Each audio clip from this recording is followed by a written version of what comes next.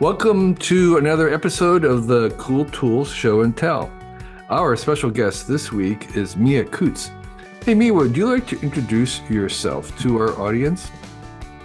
Yeah, thanks so much. So my name is Mia Coots, and I am a senior at Nokomis Regional High in Newport, Maine. And my role here at Nokomis is I work with the broadcasting and tech department directly as sort of a professional development person, and I go around to other schools with Mr. Kelly and help teach new technology initiatives. Well, it's really great. I think you might be our first high school student on the show. So what a first for that. Thank you for volunteering your time. And I'm really interested in seeing what some of your favorite tools are. So, Mia, if you could tell us and maybe show us what your first favorite tool is. Yeah, absolutely. So the first tool I have to show today is the ATEM Mini Pro. And so this is an ISO switcher. It's used for live streams. I have it right here. Can And you so describe it for us, please? I absolutely can. So it's a small rectangle tool, and it has a variety of different sized buttons on it, and each button has a different purpose. And there's also separate sections for different things that you're trying to accomplish, which I Right. can go further into detail. So the size is approximately the size of a keyboard, like a detachable keyboard, or about the same span as a keyboard. And that has maybe, I don't know, a dozen, maybe 2 dozens of buttons, rectangular buttons, and some of those buttons light up. Yes. And it seems to be corded. There's a cord of some sort that comes into it. Yes, so we plug it directly into just like the wall. We have it plugged into an extension cord right now, but there also is an Ethernet port if you're looking to stream it more efficiently and directly. We use the Ethernet sometimes just because the Wi-Fi here gets pretty crowded, big school. Okay, so the idea is that this control panel, I guess is what it is. It can be connected wired, or it can do Bluetooth. Is that, or Wi-Fi? One or the other? No Bluetooth, only Ethernet. It has to be plugged into some other source. Okay. But it's an isolation tool, so you can stream, or it has four HDMI outputs, and it has an HDMI input as well, and it has two audio outputs, and I'll show you that right there. Right. So those are the ports on the back that you're showing, standard Yes. ports. So in general, what do you use this device for? So we use this device for our weekly MLTI SLAM shows. So MLTI stands for Maine Learning Technology Initiative, and SLAM stands for Student Leadership Ambassadors of Maine. And so what we do is every Thursday we live stream and talk about some new technology that we're learning about. And so this is a really important tool for us because we're streaming and we have multiple different things to show. So right now you're looking at my face, but Mr. Kelly is going to use our ATEM switcher, and now you're looking at our image of an ATEM switcher. Okay, so it's a control panel for controlling different audio feeds, different video feeds, almost as if you were in a control booth of like a news network or something, where you have screen number 1 and screen number 2, and you have other source of a microphone, and you are kind of managing the like a producer. You're producing something, and you're using this little device to make those decisions. Is that Yes, about right? you're absolutely right. So this is actually a mini version of what you were just talking about. So before this came into play, you would have to spend thousands and thousands of dollars to get one of the really big ones, but that really isn't necessary for something like we're using. We don't need that whole big TriCaster machine like we have in our broadcasting room. We just need something small and Right. portable. And so if Mr. Kelly will hand you back over to my hands, I'm going to show you a little bit of what we do with it. And so right here, I'm pressing buttons 1, 2, 3, and 4. And you can see there how it lights up red whenever I click on each button. And essentially what's that's doing, that is switching between camera 1, 2, 3, and 4. Mm-hmm. So if I'm Mr. Kelly, camera 1 is my face, camera 2 is my hands. Right. And so then that way, this is really seamless. Right. And right above each button is where we can control the audio. And so if I'm The audio you're hearing right now is my voice. So I would press the on button for camera 1 so that you're seeing my face match up with my words. And what another interesting tool here is the audio follows video. So if I turn that on for camera 1 and camera 2, and right now you're looking at my hand, so that'd be camera 2, and then I switched it back over to camera 1, you would hear whatever audio is coming from camera 1. You would not hear whatever audio is coming from camera 2. Okay, that's really We cool. keep it on camera 1. We just keep that button right on so that you just hear my voice the whole time. Good. Okay. So can you remind me of what this is called, the device itself? Yes, it's called the ATEM Mini Pro ISO switcher. ISO switcher? ISO? Mhm. Okay. Yes, ISO is in isolation. Isolation switcher. Okay. And several things. One is, are there comparable devices like this? Is this the only one like it, or is this one brand and one model of many kinds? This is absolutely the best. There's very few that are comparable to it, and this was the first of this kind. This was really kind of a very impactful tool that was created. So right now there isn't like a whole bunch of ones that you have to choose from. No. And it's around $500, it looks like. Yes. And the kind of like if you had I could say you had a digital camera and you wanted to set that up, would you be able to plug this into this device? Yes, using the HDMI. Okay. So anything with HDMI would be able to go into it. And Yes. then audio is, what kind of an audio jack or port does it take? So we just have these audio ports here. I'm not sure if you can see them super well. Pretty much anything, any standard, just little small port. It's like a 1/8 inch jack, the old jack for like earphones and things. Yes, sir. Okay. All right. Okay. Well, that's a really great thing. It's your own little media control board, like you're a broadcaster and you're streaming live, doing a complicated Zoom call like we're doing with multiple cameras. That's really fantastic. And as you said, you don't need a big broadcast room. You just need a $500 little device like this. So thank you for that. Absolutely. So Mia, what's a second tool that you're really, really enthusiastic about? So the second tool I'm super enthusiastic about is going to be the Rode mics. And so these are mini microphones. I'm going to move the ATEM switcher and show you guys. Microphone. All right. Yes, as in microphone. Sorry. Okay.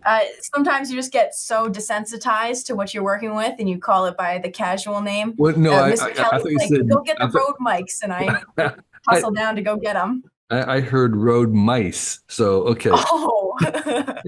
Rode mics. Okay, so the Rode Wireless Go, are these Goes? Yes, they are. Go 2. So tell us about those. Yeah, absolutely. So the Rode mics come, you have your receiver and you have your, like, I guess would be the input. So I'm not exactly sure how to word that. So each one comes with 3 sets of mics. So here, let me turn them on for you. And I'm going to explain to you why these are different. So right here, you can see that this one has a screen. And so this is going to be for actually testing how the audio is working. If my other one will turn on. Okay, there we go. So I'm speaking directly into this Rode mic right now. And on the screen of the Rode mic, you should be able to see a green bar that is bouncing every time I speak. Right. And the further away the mic goes, you can see that it's bouncing less and less and less. So, these little microphones are kind of square. They're little squares that, I don't know, the size of a biscuit or a cracker or something. They're a little bit thicker. So they're very, very small. They fit into the palm of your hand. And there's one for each end. There's one that attaches at the source that's recording, and then one that attaches at where you want the microphone. Is that about right? That is exactly correct. So we usually, sorry. So what we usually do is we usually have 1 or 2 mics that are actually taking in the audio, and then we Right. have our one receiver that is connected to a camera, or it's usually a camera via this little red cord. And this little red cord basically just gives the camera the audio that it's Right. The receiving. little red cord And that you're so, holding is about 6 inches, and it just has two different plugs on it. One goes into the Rode microphone, the other one goes into the camera audio input. yes, correct. Right. So these little go, and you can have more than one mic device pairing to the same receiver. Is that right?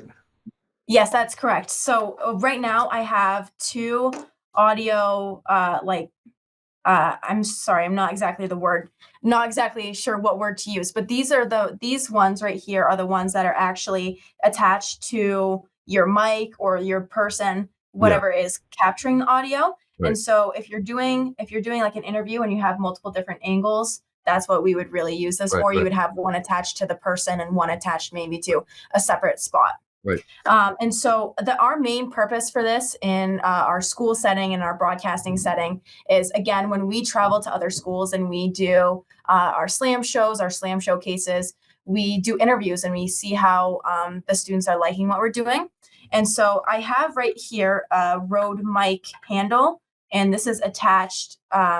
We 3D printed this box that says slam show, just to be creative. And so the really awesome thing about these Rode mics is that they have clips on them. I'll show you the back. And what we can do right here is just clip it right in. And Right. then we grab our little foam piece to protect against the wind or anything, pop that right on. And now you have a fully functional mic that looks like you're at the news station. Right, right. So this is a little plastic, 3D plastic handle to hold the little Rode device in it, and to make it look like a kind of an interview, a professional TV newscaster's handheld microphone. But in fact, you can also clip them onto your your shirt or something if you didn't want to do that. Or I've seen people even do it, clip it onto a baseball hat, onto the visor. Or you can also plug in like a lavalier mic into that device. If you really wanted to hide it, you could Yes. bury it in with a lav that would have a little cord that would, the device could be on somebody's belt or something, and that way. Yes. So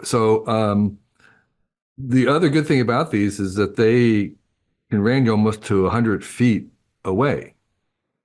Yes. There, you can Which is good if you're doing something like an interview and you're doing multiple different camera angles. That way you can really space yourself out and make it look extremely professional while still maintaining a high quality of audio. right. But even better, it's if you're doing a kind of interview where the people are walking around, where they're Yes. mobile, if they're working on something or whatever, and you don't want to have cords, this is really good.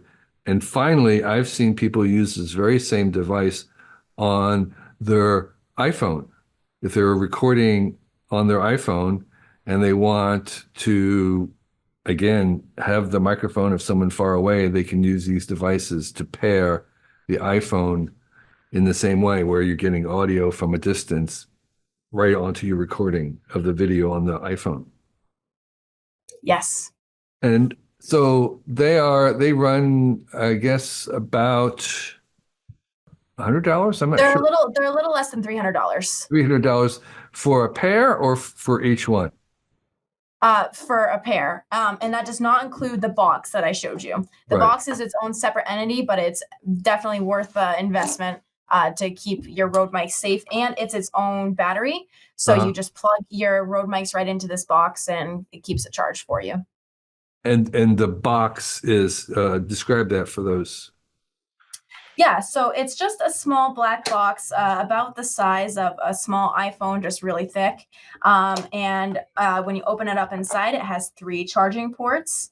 And on the front of it, it has an orange box where you can see the charging levels of each Rode mic inside. And on the back of it, there is its own plug-in so that you can charge the box as well. And the box has a built-in battery. Yes. Right. Okay. So it's kind of like a power block that if you needed to recharge them on the go. Yes. So that's really great. Thank you. That's a fantastic thing for anybody who's doing video and wanting to have a very versatile, portable, small, robust microphone. Yeah, 100%. So, Mia, what's your third tool that you'd like to share with us? So the third tool I'm going to share with you guys today is a MuteSync.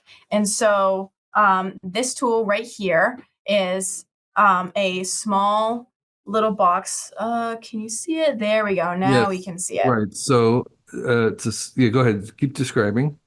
Yeah, of course. So what I have here is just it's very similar to the size of the Rode mic, and it's lit up LED wise, and it just has a button in the middle that I press, and now the stream is muted. So it basically it's a very fancy button, the big Yes, square button, again, the size of maybe half of a playing card. And yes. it's wired and it does one thing. I mean, can you program it to do anything and you just happen to program this to mute, or is the muting done by the button? No, the muting is done by the button. So, I mean, this is a really great tool for us because, we're in a high school Mhm. when we do a lot of recording in a high school. So it's great to have this visual, the light colored up. And so I'm going to have Mr. Kelly turn the camera back to this view. And so red is muted, and the green, when it lights up green, you know that the mic is on. The mic's Right. hot. Watch what you say. And so that's just huge for what we use it for. Right. So it's kind of like an idiot-proof version of whether you are recording or live or not. Yes, 100%. Right. I could And it's imagine. also just easy. Yeah, For yeah, our director has lots of things to do in the middle of the slam show, and so they know that button is mute, and that's all they have to worry about there. right. You'd almost like to have a big red button like that that says whether you're recording or not, too, because Yes. because that's also sometimes something that's easy to forget. Oh, I forgot to push the record button. Okay, so the mute button. So that is on Amazon, and it looks like it's $50 for the Yes. button. And how does that work? I mean, what's it muting? I'm sorry. So it's Yeah. muting any streams that you're attached to. So Mhm. right now it's not plugged into our Zoom recording, but we have Right, it plugged into our Google Meets recording, and it automatically and you can get it as a Google extension as well, so you have easier control over it, and you can control the colors that you set it to. We have ours set to red is mic off, right, green is mic on. Just that's what your mind obviously attaches to. But yeah, it's used for streaming, any live recording. right. That way you know when to So if mute you and when to were not. doing a Zoom call, it could mute your end on a Zoom call as well. Yes, Okay, so is it actually muting at the device level or is the software? Well, it's muting at the device level. okay. So your whole computer is being muted, or if a laptop. Okay, Yes. so Mia, tell me about another tool that you are excited by. All right, so this is my favorite tool. This is like what I'm known for here at Nokomis. And so this tool is called Canva. And I chose this tool because it's free and web-based, and I'm very familiar with it. And Okay, so pretty much, it's a website yes. or an app, web. It can be used as an app if you have it on a mobile device, Okay, and it is also a free web-based site. okay, Yeah, and so pretty much anything under the sun you're looking to create, you should use Canva. And so the first little creation I want to show you here is a data table I made for my science fair project. My uh-huh, science fair project is the effect of vaping on athletics, and I was really kind of stumped because my poster board looks great, and then I have this really ugly data table, and I was like, I don't know how I can make it look any better. And so I went into Canva, I was brainstorming, playing around, and I came out with this amazing looking graphic here that doesn't really look like a data table, but is still presenting all of the information that I needed to present. Okay. And it's very user friendly. It has custom color options. It has custom text options. And if you are a business owner, you can create your own business logo, color, and font within Canva. So if you were to compare Canva to, say, a professional level kind of app, would it be close to something like Illustrator, or would it be close to something like um, Photoshop? Or what would you say the closest analog is for an app that somebody might have heard of that professionals use? Well, it's comparable to those, but I think it's significantly easier. Um, there's something in the Adobe Cloud. I can't exactly remember the name of it now. Express. Mr. Kelly had me play with it, and I still would choose Canva over Adobe Express because it's just more user friendly. And again, like I mentioned earlier, it's free, it's web based. You're always going to have access to it, and that is I really appreciate that. Right. And so there are, again, some free, I would call them maybe Illustrator programs. Um, and you can do an awful lot even within Google Docs and Google Draw. But on Canva, does it do things like Bezier curves, where you have the little function of the curve function? Do you Yes. do So those kinds of things as well? within Canva, you have. Oops, sorry. Yes, go ahead. Okay, so within Canva, you have, I would say, a lot more creative freedom than you would in Google Slides or Google Docs because you have free movement on Google Docs. You can't move your text box wherever you want them to. And you have the effects tool on Canva. And so when you are working with text on Canva, you can add a background, you can add it, you can make it neon, you can make it curved, and you can, and whatnot in that sense. And so I'm going to have Mr. Kelly show my next slide here. This is something I did for my senior project. Mhm. And so I was trying to show how I met my guiding principle standpoints to graduate. And so I was able to create boxes and I attached a link there at the top. I can't click on the link on this live stream, but that link goes to the work that I have done in Right. MuteSync. And so you can attach links in Google Slides, excuse me, and in Google Docs. But I would say that in Canva, it's a little bit easier Right. because it will open it up right within the presentation. It won't take you to a separate slide. Does Canva work with layers? Yes, it does. Okay.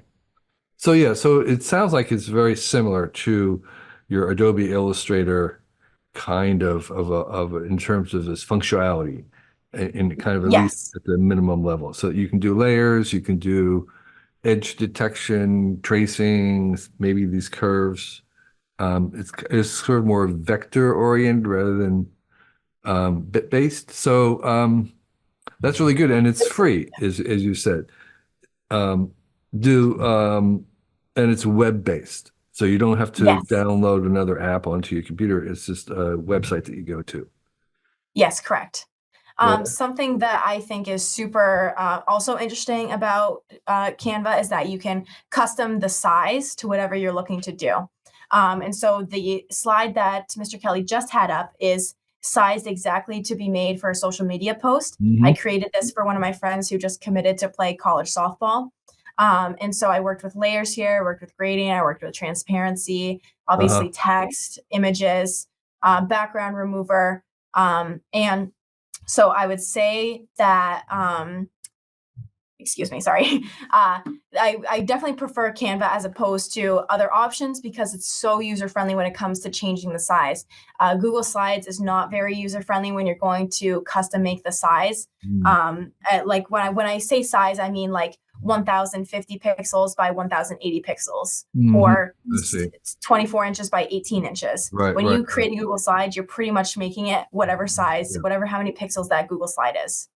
And the Canvas, they also had you did those background removals with Canva, the built-in tools in Canva. Yes. That's really very good. That's a very high-powered tool. Um, so and then I presume you can export any kind of a file format that you want, from a PDF to whatever, a PostScript maybe even. I don't know. Yes. So actually, another thing that Canva has is it has the option to export directly to a print product site. So if you, again, if you were running a business and you needed to make t-shirts for your business, Mhm. you can upload your logo directly into a t-shirt format on Canva Yeah. and then send it to a print site to have it printed directly onto t-shirts. Okay. Well, that is a fabulous find. Thank you, Mia, for that. Canva, I mean, right now, the minimum, I'm sure, for buying Illustrator or whatever on Adobe is hundreds of dollars a year. So this is a Yeah. great alternative. So thank you for that.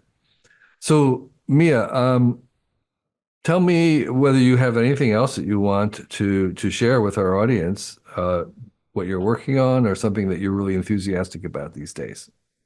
Yeah, absolutely. So the thing that I'd like to talk about and share with the listeners is the Slam Show. I have mentioned it briefly throughout this podcast, but really this is an amazing initiative, and it has really changed my view on my future, and really has helped me develop into the young woman that I am. So basically, what we do is once a month we go into other schools and we go into their classrooms and we teach them about things that we know super well. So for me, I always go and I teach Canva, but the other students who go, they teach Tinkercad and they teach um, co-spaces, sorry. And so the common factor between all of these is that they are free and they are web-based, because no matter what, we're trying to spread the wealth of knowledge and the love of learning. And students aren't going to be able to go home and just drop $100 on Adobe Illustrator, as you had Sure. mentioned. So anything that we can offer them that is free and that we think is interesting is super beneficial. And as I've talked about, we use these tools every day. And so every Thursday, when we can't go into a school, we do a live broadcast where we talk about a website of the week, and we have someone come and present on a free web-based site. Right. I know that your program, I think, is pretty integrated into the Maine school system. But if someone was not in Maine, someone in the rest of the country, would they be able to access your Slam show, and would they find it useful as well? Yes, they absolutely would. We had people from Ireland join our Slam show, and we Mhm. have a YouTube channel that is accessible 24/7. And so, what would a typical show be? Like, say, what was the last show you did? What did you cover in that show? So the last show we did, we have someone who comes and sits exactly where I'm sitting. We have a camera exactly where I'm looking, and we have someone welcome everyone to the Slam show. They welcome the presenter, and the presenter came in and talked about Google Slides and animation with Google Slides. And then we would send it back to the host, who is me in this instance, who will then introduce the website of the week, which usually isn't necessarily educationally related, just a fun website, because we're trying to keep learning fun and we want to get kids interested in technology in any way, shape, or form. And so I would then send it over to the director, in this case, Mr. Kelly, who would use the ATEM switcher and show this video. And then it would be sent back to me, where I talk about the SLAM exam, which is a one question quiz about that day's show topic. And it's a really awesome chance for every student who's participating to win a SLAM cube, which is just a fidget cube that we 3D print in house, and then we ship out to whoever wins. In the first part, where you're having someone introduce Google Slides, they were doing a how-to or tutorial, or what was? Yes, it's usually tutorial based. And Mr. Kelly always preaches that his students will learn by teaching. And so that's why almost everything here is very student centered. Um, Mhm. all of our basketball games are announced by students. Mr. Brown, who works with Mr. Kelly, helps us with that. And Mr. Kelly is obviously always giving us the opportunities. I mean, like you said, I'm the first high school student you've had on the podcast. And so this program and this initiative has really helped get more people into technology, and it's given way more opportunities. I have a lot of connections now because of this program and because of Mr. Kelly. And so that's really awesome, especially as I'm going into education. Well, you sound like a born teacher. I really wish you the best. Thank you again Thank for you. taking time from your, I know, a very busy day to share with me and us and the Cool Tool audience your 4 favorite tools. I really appreciate it, and the care you took in preparing and the professionalism in your presentation. So thank you so much. Thank you. This year, our Cool Tools blog will be 20 years old, which means we've been posting something new every day for 20 years. It's only possible because of the very engaged and knowledgeable readers and listeners like yourself. You've kept this place going, and we are very grateful for you. With this idea of 20 years in mind, we decided to try an experiment this year, and I'm inviting our guests and listeners to join me on our Cool Tool Show and Tell, which is the program that you're listening to right now. So if you feel you'd make a good guest on this podcast and have 4 uncommon tools that you'd like to share with us, please sign up on our form on the website, and we'll see about inviting you. You must be comfortable talking on a video, and you need to have some tools that you can show. We record on, as you know, on Zoom. We do a YouTube version, a video version of it, as well as an audible version. Fill out the form if you're interested, and list your 4 cool tools, and we'll see if there's a good fit. The applications aren't guaranteed in any way, and we're looking at tools that are new to us and appropriate tools, and whether the times will work for you. So we're really interested in hearing from people all over the world, not just in the US, although the tools have to be available online, easily available online. And if you are a longtime listener, you kind of know what the definition of our tools are. They're very broad. They can be anything that's handy, from something in the kitchen to something you use to travel, to a workshop, to something professional that we may not know about. We're really interested in things that we don't know anything about. So this is an open invitation. We'll give it a try. If you think you make a good guest for this podcast, fill out the form. There'll be a link somewhere on our website, and we look forward to chatting with you. Thank you.